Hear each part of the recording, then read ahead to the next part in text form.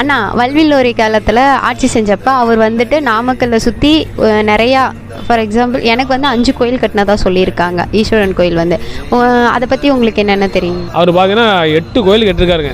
அரப்பளீஸ்வரர் ஆலயம், நம்ம கைலாசனர் ஆலயம், சிராப்பள்ளி சிவாந்தீஸ்வரர், சிங்களாபுரக்கூடிய திருபுரந்தீஸ்வரர் ஆலயம், காக்காவரியில் இருக்கக்கூடிய சிவாலயம், ஒடுமன்குறிச்சி, கதிரானில் சொல்லப்படக்கூடிய 8 ஆலயங்களை வல்வில்லோரி நமக்கு இங்கே அமைத்து கொடுத்திருக்கின்றார். அதில் நமக்கு பார்த்தீங்கன்னா நமக்கு கைலாசன ஆலயம் மிகவும் சிறப்பு. ஏன்னு கேட்டிங்கன்னா 100 ஆலயங்கள் கிழக்கு நோக்கி இருக்க ஆலயத்தை சென்று வழிபாடு செய்தால் என்ன புண்ணியமோ அந்த புண்ணியம் மேற்கு நோக்கி தலமாக விளங்கக்கூடிய இந்த ஆலயத்தை நமக்கு கிடைக்கக்கூடியது. ஏன்னா கைலாசனை பார்த்தீங்கன்னா 2000 ஆண்டுக்கு முற்பட்ட சிவாலயம். அண்ணா வல்வில்லோரி காலத்தில் ஆட்சி செஞ்சப்போ அவர் வந்துட்டு நாமக்கல்லை சுற்றி நிறையா ஃபார் எக்ஸாம்பிள் எனக்கு வந்து 5 கோயில் கட்டினதா சொல்லியிருக்காங்க. ஈஸ்வரன் கோயில் வந்து அதை பற்றி உங்களுக்கு என்னென்ன தெரியும்? அவர் பார்த்தீங்கன்னா 8 கோயில் கட்டிருக்காருங்க.